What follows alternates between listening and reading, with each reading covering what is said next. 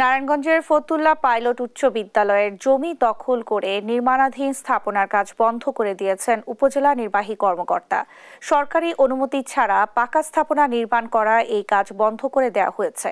বিদ্যালয়টির সভাপতির দায়িত্বে থাকা নারায়ণগঞ্জ সদরের ইউএনও মোহাম্মদ জাফর সাদিক চৌধুরী জানান, শিগগিরই স্থাপনা সরিয়ে না নিলে আইনি ব্যবস্থা নেওয়া হবে।